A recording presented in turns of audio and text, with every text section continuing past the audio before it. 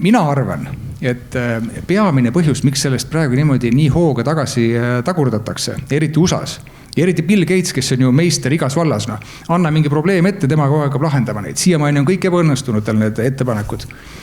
Olgu see kliima või vaktsiinid või mis iganes, täielik jama.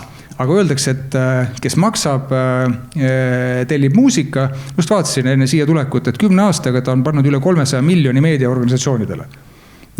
Siis saadki minna telekasse ja rääkida, et tal on isegi raamat oli, et Net Zero on ainus võimalus, et maakera jääks ellu. Ja nüüd ütles, et ei tea, kas ikka on ja mõtlesin, et huvitav.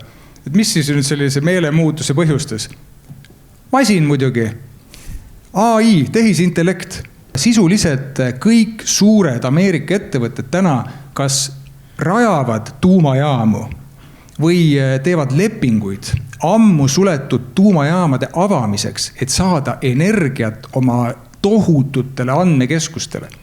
Ehk nüüd nagu eriti ei räägita, et mis CO2 on ja nüüd on see, et meil on võidujooks.